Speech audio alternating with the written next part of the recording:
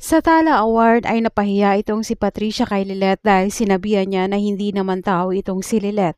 Kaya nga pang-aasar sa kanya ni Lilet na ngayon araw ay isa siyang tala. Pagtatanong ni Manny Patricia kung gusto niyang makakita ng maraming tala ngayon, binanata naman siya ni Lilet at sinabi niyang mag-ingat dahil sa pagbabanta niya dahil tatlo silang abogado ngayon.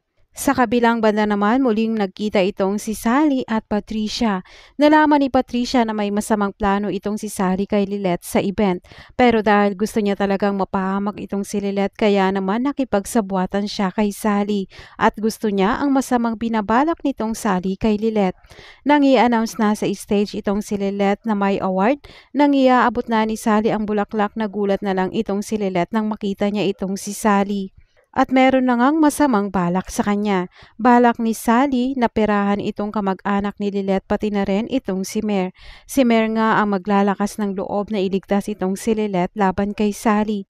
Kaya nga ang mag-ina ay magkakasama at kapalit ng kalayaan ng dalawa ay 2 milyon. Dahil naman sa nangyari, magkakaroon ng moment ang mag-ina at makikilala nila ang isa't isa. Magpapasalamat nga itong si Lilet kay Mer na niligtas siya at mababago ang pagtingin niya dito dahil niligtas ang kanyang buhay at ngayon ay alam niyang mabuting tao itong si Mer.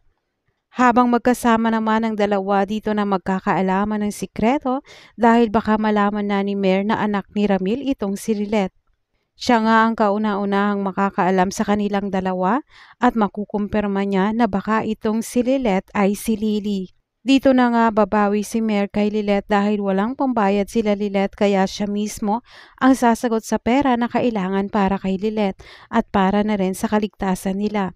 Dito na babawi si Mer kay Lilet pero hindi niya alam kung paano niya ito sasabihin kay Lilet na siya ang tunay na ina nito dahil alam niyang malaki ang kanyang kasalanan nang iwan niya ito noon.